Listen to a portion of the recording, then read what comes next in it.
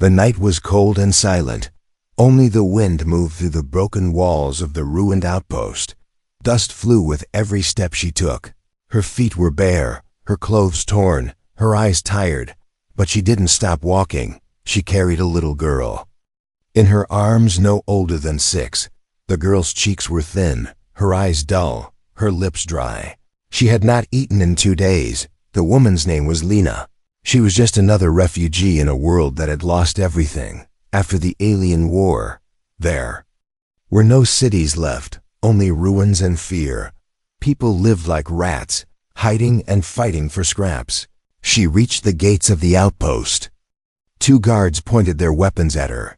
"No food here," one of them said without feeling. "Go back," said the other. Lena didn't beg. She only looked past them, toward the tower where the man lived. "I want to see him," she said. Softly, the guards looked at each other, surprised. "No one asks for him," one muttered. "He doesn't talk to people. I'll give him what he wants," Lena whispered, her voice breaking. "Just one night, just feed her." The guards were silent. After a moment, one of them called through his cum. A green light blinked on the tower. They let her in. The inside was quiet and dark. She walked through narrow halls until she reached the room.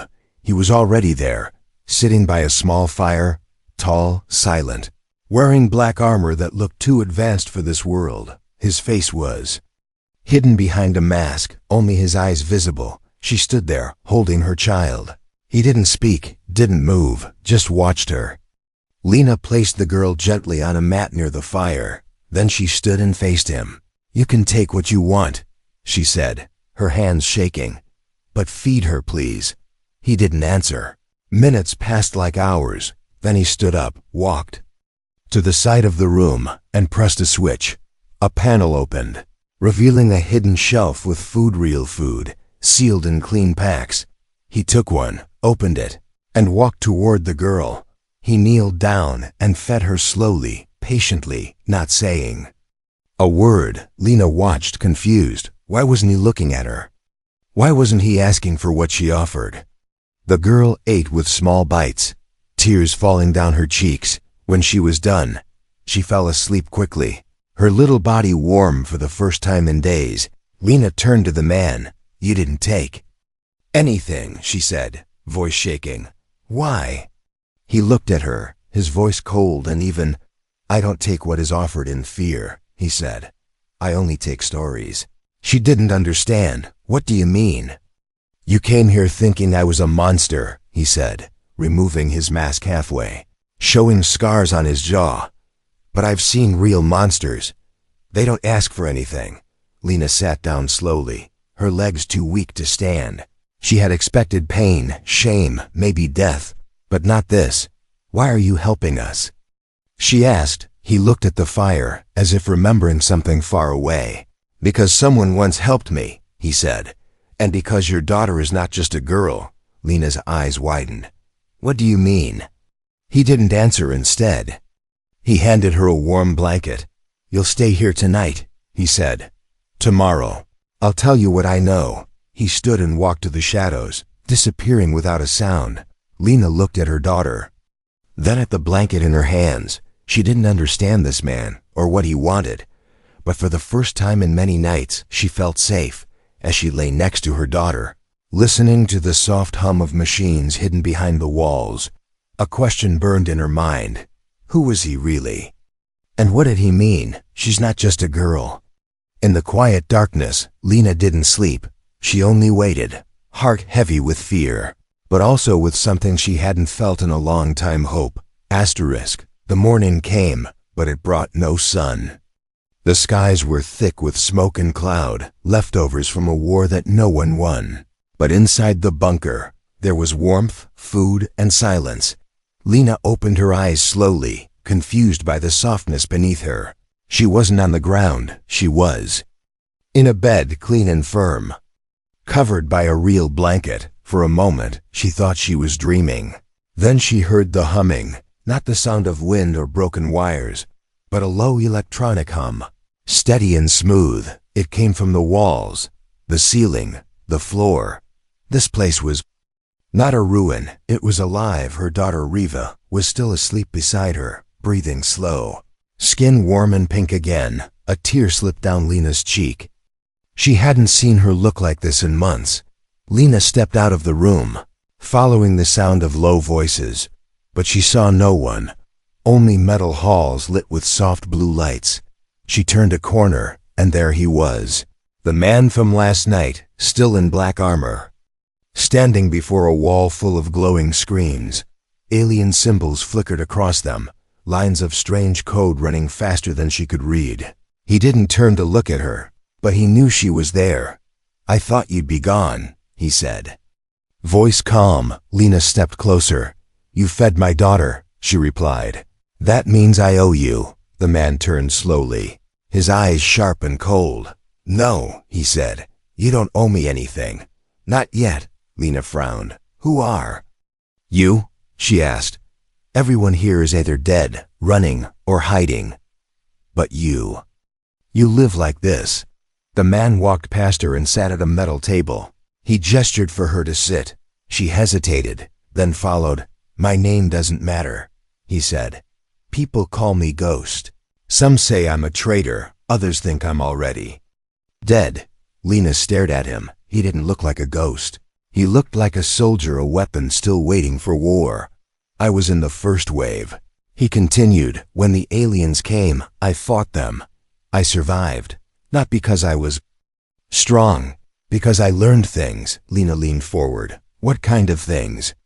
He tapped on the table and a small screen lit up, showing a map, not of Earth, but of somewhere else. A different planet, red and broken, orbiting 2 suns. "They didn't just come to kill us," he said. "They came to find something." Lena shook her head. "What does that have to do with me?" "With Riva?" The man looked at her, eyes suddenly intense. "Everything," he said. "She's not just a child.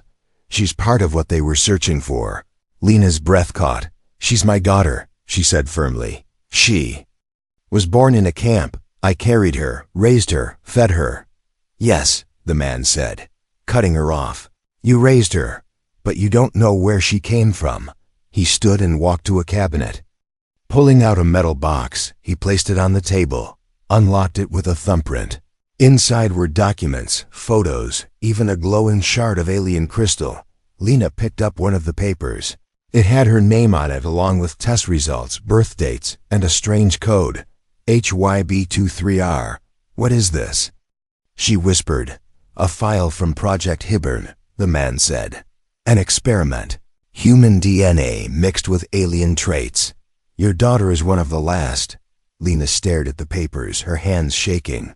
"This is a lie," she said, voice cracking. "This can't be true." The man didn't argue. He just handed her the shard. When Lena touched it, it stayed cold. But when Riva entered the room still sleepy, rubbing her eyes, it lit up with a soft blue glow. The room fell silent. Riva looked at her mother, then at the man. "Why is it glowing?" she asked in a small voice. The man answered, "Because it knows you." Lena couldn't speak. Riva walked over, sat on her mother's lap, and touched the shard again. This time, symbols appeared in the air above it, alien language forming. Patterns like a story written in light. The man watched them both, his voice low. "You came here to trade yourself for food," he said. "But what you really brought me was something much greater. What do you want from her?" Lena asked sharply, her fear turning into anger. "Nothing," the man replied. "I want to protect her, because others will come. They will smell her blood. They will want what she is." Lena wrapped her arms around Riva tightly. She didn't trust this man, but she believed him, because deep inside, she had always felt something strange about her daughter. The way animals stayed close to her, the way machines sometimes responded to her touch. Now she knew Riva was not just a child. She was a key, a spark, maybe even a weapon, and the man with no name. He was building something, preparing for something, waiting for the next war, and now they were part of it. The air inside the bunker grew heavier with every passing hour. Lena could feel it pressing on her skin, like a storm waiting to explode. The food was warm. The rooms were safe, but her thoughts were not. She sat on the cold floor beside her daughter's sleeping mat, eyes fixed on the shard that still pulsed with light. Each glow from it felt like a whisper from something far away, something not of this world. The man still without a name watched from the shadows. He said nothing. But Lena knew he didn't sleep much. He was always moving, always checking. As if he expected enemies behind every wall. That night, Lena found him sitting alone in a room she hadn't seen before. The walls were covered with photos, maps, and fragments of alien tech. Some pieces still glowed, like they were alive. Others looked like bones, black and smooth, too perfect to be human. He didn't look up as she entered. Couldn't sleep? He asked without turning. No, Lena replied. Too many questions. Then you're finally starting to see, he said. There are no straight answers in this world anymore. She sat across from him, eyeing the strange items on the table between them. What are these? Memories, he said, voice flat. From the war, from the camps, from places most people pretend never existed. Lena picked up a broken mask. It looked like alien tech, but fused with human wires. She ran her fingers along its surface. It hummed softly, reacting to her touch. You fought them, she said. More a statement than a question. He finally looked up, and for the first time, his eyes looked tired, not cold. I survived them, he said. Fighting them was easy. Living after that was the hard part. Lena leaned in. What happened to you? The man stood up and walked to a console, pressing a few buttons. A hologram appeared, blurry at first, then sharper. It showed a battlefield, but not like any Earth she knew. 2 suns hung in the sky, and soldiers in dark armor moved through. A shattered alien city. Explosions lit the background, and in the center, one man fought with something glowing in his chest, energy not from Earth. That's you, she whispered. Yes, he said. Before I was Ghost.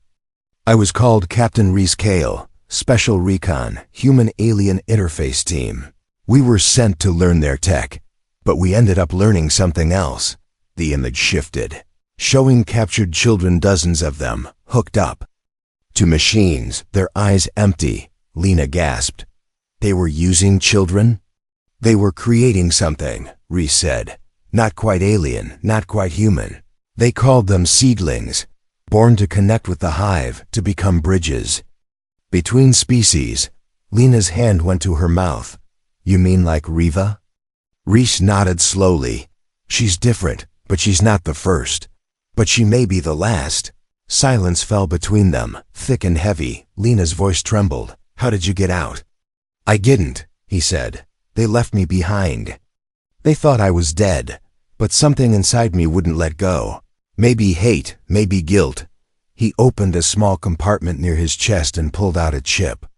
Inside, this is everything we took from their network, he said. Memories, plans, patterns.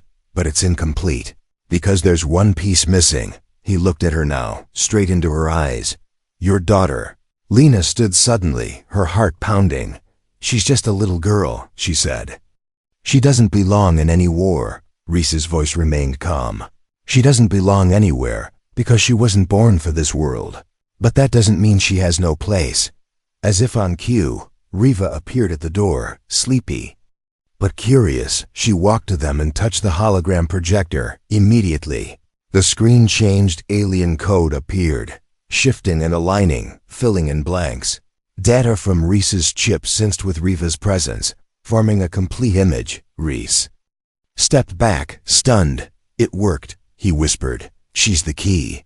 Lena stared at her daughter, who simply smiled and said, It's like a puzzle. Reese turned to Lena. They'll come for her, he said. They can feel it now, like a signal in the dark. They'll send scouts, then hunters. You need to decide what kind of mother you want to be. Lena's hands tightened into fists. I'll protect her, she said. With or without you, Reese nodded. Then we'd better start training her. Training? He pointed to a nearby screen, showing alien symbols that shifted into human language. Memory tests, reaction drills, energy control. She's not just a girl, he said. She's a weapon, a message, and maybe a future. And so the training began. Each day Riva grew stronger, faster, smarter, and each night Lena sat alone, watching the door, waiting for the sound of something coming for them. Because the ghosts of the war were not dead, they were just waiting. The training room hummed with low energy. Metal panels shifted on the walls, forming shapes, patterns, and puzzles that responded to Riva's thoughts. She moved through them like she had done this all her life. Even though she was barely 6, Lena watched from the corner, arms crossed, heart torn between pride and fear. Every day, her daughter became something more, and every day, Lena felt like she was falling behind. Reese stood near the main console, monitoring the readings. "She's adapting faster than expected," he said. "Faster than any hybrid I've seen." Lena didn't answer. She was still trying to understand what hybrid even meant in the first place. Riva was her child, her baby, not some alien experiment. But facts didn't care about feelings, and every glowing panel, every telepathic link Riva formed, was proof. Later that evening, when Riva had fallen asleep, Lena confronted Reese in the Farney data vault. "I want the truth," she said. "Everything." Reese turned slowly, his expression unreadable. "I've already told you what I know." "No," Lena said firmly. "You told me what she is. Now tell me why you care. Why you let us in. Why you knew her name before I told you." Reese said nothing for a long time. Then he walked to the far wall, opened a hidden compartment, and took out a black case. Inside were folders, paper ones, not digital, old, marked, classified, Earth Genesis 3. He placed one in front of her, opened it slowly. It showed Lena's face, years younger, with different hair, wearing a white lab coat, a scientist badge with the name Dr. Lena Vasquez. Lena's mouth went dry. I don't remember this." "You wouldn't," Reese said quietly. "They wiped your memories after the project collapsed." Lena shook her head. "I was born in the desert camps."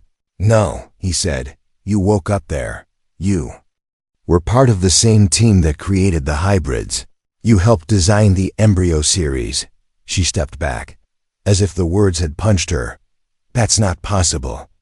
He handed her another folder. Inside was a lab report. Subject, HYB2, 3 rDNA supervisor. Dr. L. Vasquez. "You didn't just raise her," Reese said. "You made her." Lena fell to her knees, tears in her eyes. She tried to scream, but no sound came. Everything she thought she was, her memories, her struggles, her pain, it all felt like a lie. "I was a mother," she whispered. "I loved her." "You still are," Reese said gently. "And you still do. None of this changes that." Lena closed the file and sat in silence. "Why would they erase my memory?" she asked. "Why leave me in the camps?"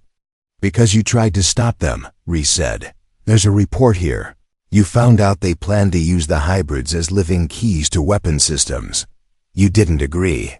You sabotaged the program." She looked up slowly. "And they punished me.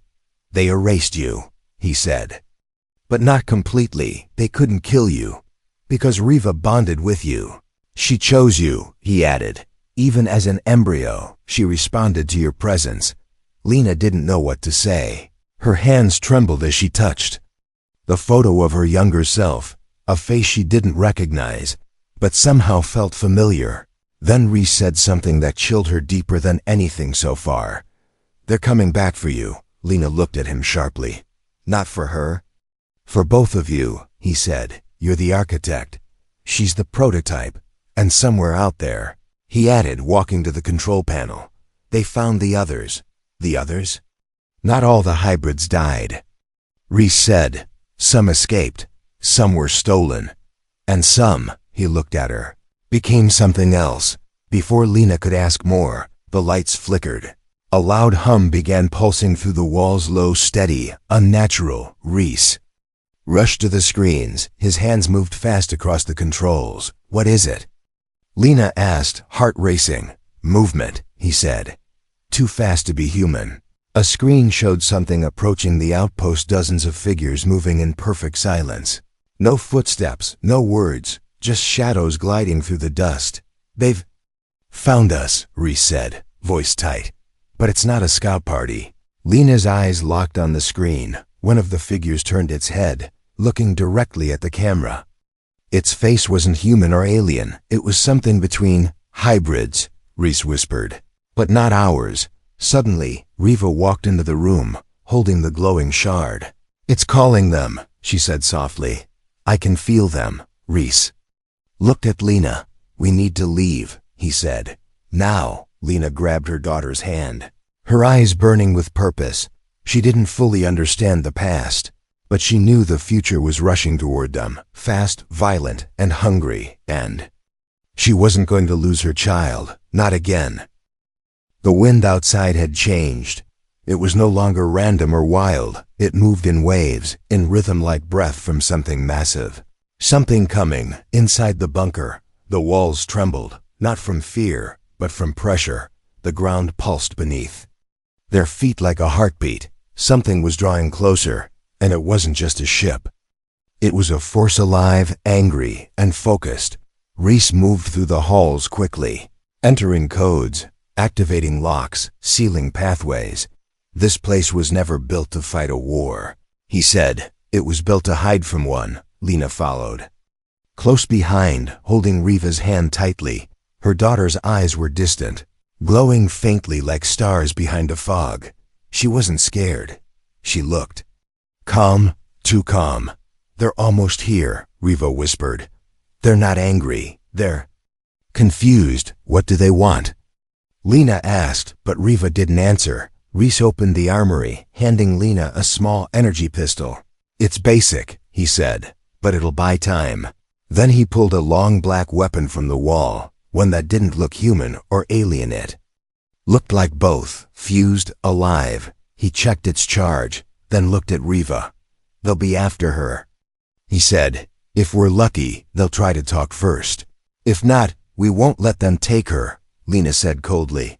Reese met her eyes and nodded once. Moments later, the ground shook violently. Dust fell from the ceiling. Lights flickered. Machines began to whine like they were in pain. They're here, Reese muttered. They've breached the surface. On the screen, shadowed figures appeared, walking calmly into the bunker's outer zone. They didn't break the doors, they simply moved through them.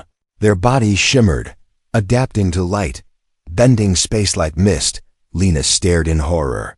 They weren't soldiers, they weren't machines, they were echoes of Riva, stretched and altered, some tall and thin, others short and fast. All of them carrying the same mark glowing on their foreheads, the same one that Riva had seen in her dreams. Suddenly, Riva stepped forward, letting go of her mother's hand. I need to speak to them, she said softly. No, Lena snapped, pulling her back. But Reese stopped her gently. She might be the only one they'll listen to, he said. They're not like the others. With a deep breath, Lena nodded, her heart breaking with fear. Riva walked down the main hallway, alone, the shard in her hand glowing brighter than ever before. The light from it pulsed in sync with her heartbeat. With their heartbeat, at the core chamber, the walls opened as the visitors arrived. There were 6 of them, standing in silence, their feet never touching the ground. Their skin was smooth, almost glass-like, but their eyes were human. They looked at Riva as if they already knew her. One stepped forward, taller than the rest, its voice more thought than sound. You were the first, it said. The seed. Riva nodded slowly. I feel you, she said. In my head, you called us, the tall one replied. The shard carries our memory. We came to complete it. Behind them, Reese and Lena arrived, weapons ready but not raised. The tension in the air was sharp, electric, but no one moved. Not yet. You're hybrids, Reese said. But you're not like her. No, the tall one replied. We were unfinished. Abandoned. We grew in silence. Lena stepped forward, eyes fierce. What do you want with my daughter? The tall hybrid turned to her. She is not your daughter, it said. She is our key. In an instant, Reese raised his weapon, aiming at its head. Wrong answer, he growled. But Riva held up her hand. Stop, she said, her voice shaking the walls. I need to know. The hybrid paused, then lowered its gaze. We don't wish to harm her, it said. We want to protect her. From what? Lena asked. From the others, the hybrid replied. The ones who made us, who still hunt us. They are not dead. Reese's face went pale. You mean the first architects? Yes, the hybrid said. They never left. They simply changed faces. Suddenly, a siren blared across the bunker one Reese had never heard before. Another signal, he said. Checking the console. New heat signatures. Incoming from orbit. On the screen, a ship appeared, dark, angular. Not like any human or alien craft. It moved like a knife through space. No engines, no light, just pure, silent speed. Lena's eyes widened. They followed the hybrids, she whispered. No, Reese said. They followed Riva. The lead hybrid turned to the others. They found the seed, it said. They will not speak. They will destroy. Riva looked at her mother, at Reese, and then at the visitors. Her eyes glowed with something ancient and powerful. We won't run, she said. We fight. The hybrids bowed their heads. We follow the seed. They said together. Reese handed Lena a second weapon, stronger, heavier. You still want to protect her? He asked. Lena nodded, eyes burning. With my last breath, then prepare, Reese said. They're not here to talk. And high above them, in the blackness of space, the ship turned its gaze toward the earth and began to fall, the stars. Above Earth had always seemed peaceful, tiny lights, distant and silent. But tonight they moved. A dark shape fell from the sky. No fire, no sound, just speed and silence. A predator in the dark in the bunker below. Reese stared at the tracking screen. His jaw was tight, his voice low. They're here. Lena stood beside him, dressed in a mix of scavenged armor and cloth, a weapon in her hand. Across the room, Riva sat on the floor, her eyes closed, the glowing shard floating above her palms. Its light was no longer blue, it was white, pulsing, alive. She was changing, and she could feel it, outside. The hybrids moved into formation, their shapes bent light, phasing in and out like ghosts made of mirrors. They spoke without words, their minds connected. They waited for her command. Riva opened her eyes slowly. They're close, she said. But they don't come alone, Reese frowned. What do you mean? They bring something old, Riva said. Something made from us. The ship landed like a shadow kissing the ground. No fire, no noise, no warning. It simply arrived, as if it had always belonged there. From its belly, figures stepped out tall. Black armored beings with faces hidden behind curved masks. They moved in perfect sync, like one creature with many bodies. But there was one that stood apart. It didn't wear armor, it didn't carry a weapon. It wore a long robe, dark silver, stitched with alien runes. Its face was human. Mostly. Reese went still. I know that face, he whispered. It can't be. Who is it? Lena asked. He didn't answer, because the truth hurt too much. It was his old commanding officer, General Ellen Var, dead for 10 years, or so everyone believed. The robed figure looked at the group standing before the bunker gates. Riva, Reese, Lena, and the hybrids. He spoke, and though his mouth moved, the sound entered their minds. Seed, he said, looking at Riva. You were never meant to wake. Riva stepped forward. I'm not yours, she said calmly. I choose who I become. Var's face didn't move, but the soldiers behind him raised their weapons. You are not a child, he said. You are a signal. You are our return. Reese raised his rifle. Lena lifted her pistol. The hybrids spread into defensive patterns. But Riva raised her hand. Wait, she said. And then she walked forward alone. Each step echoed. The wind died. Even the machines paused their hum. When Riva reached Var, she looked up at him. You were human once, she said. What happened to you? Var tilted his head. I evolved, he replied. I saw what humans truly were: weak, emotional, divided. The architects offered unity.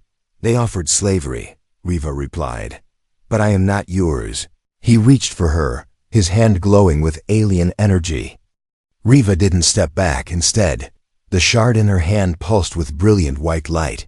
And Var stumbled. The ground split open. A wave of power burst outward. Reese and Lena shielded their eyes. The hybrids cried out without sound. When the light faded, Var was on his knees. Smoke rose from his body. The front of his robe burned away, revealing circuits beneath his skin. Half human, half machine, all puppet. She has awakened, he hissed. She is the bridge.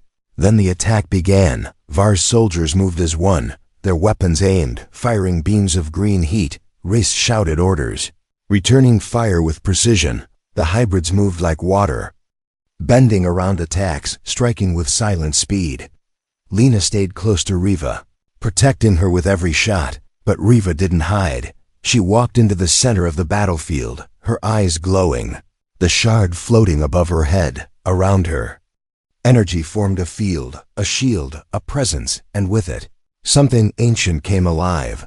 The ground beneath her split open again, but this time a structure rose, black metal, shaped like a flower, alien tech, buried long ago, now waking at her call. Reese gasped.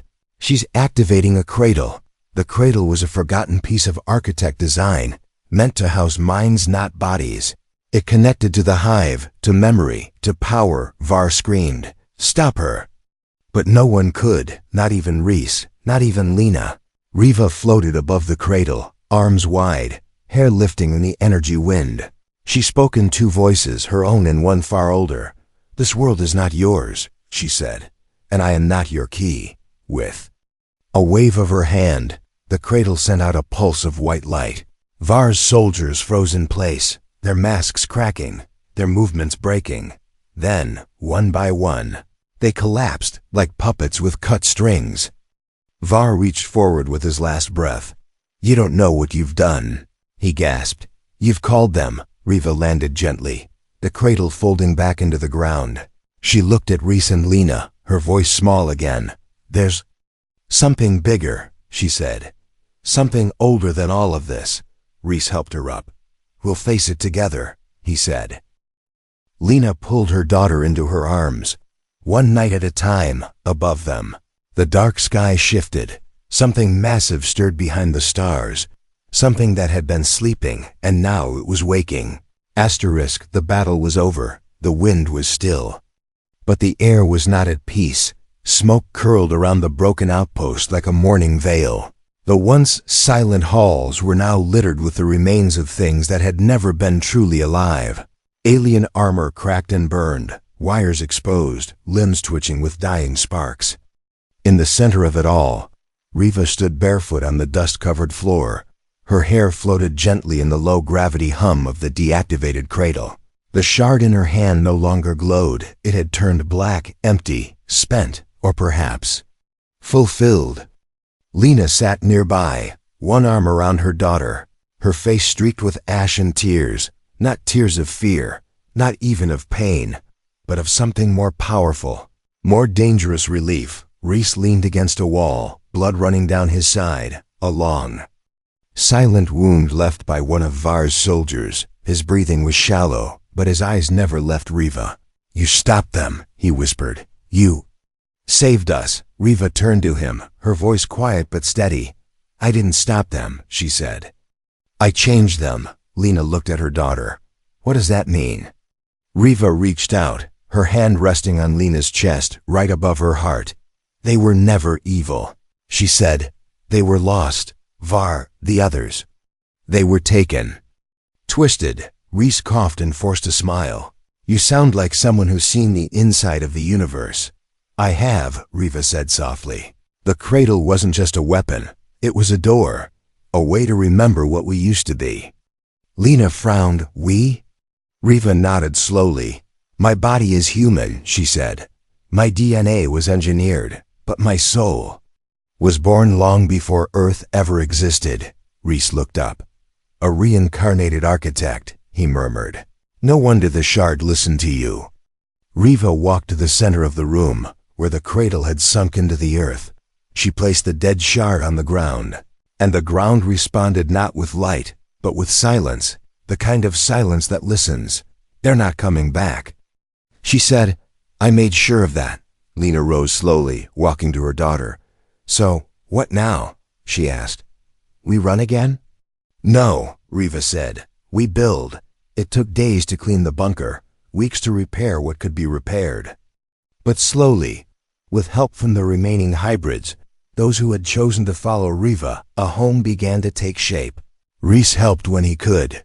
Though his wound made him slower, he smiled more now, not because life was easier, but because it meant something again. Lena taught the younger hybrids how to cook, how to read, how to laugh. She found herself laughing again, too, at strange things, small things, beautiful things, and Riva.